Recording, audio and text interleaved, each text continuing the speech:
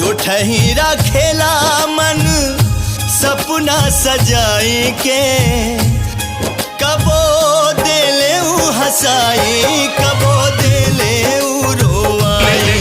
जवन लिखल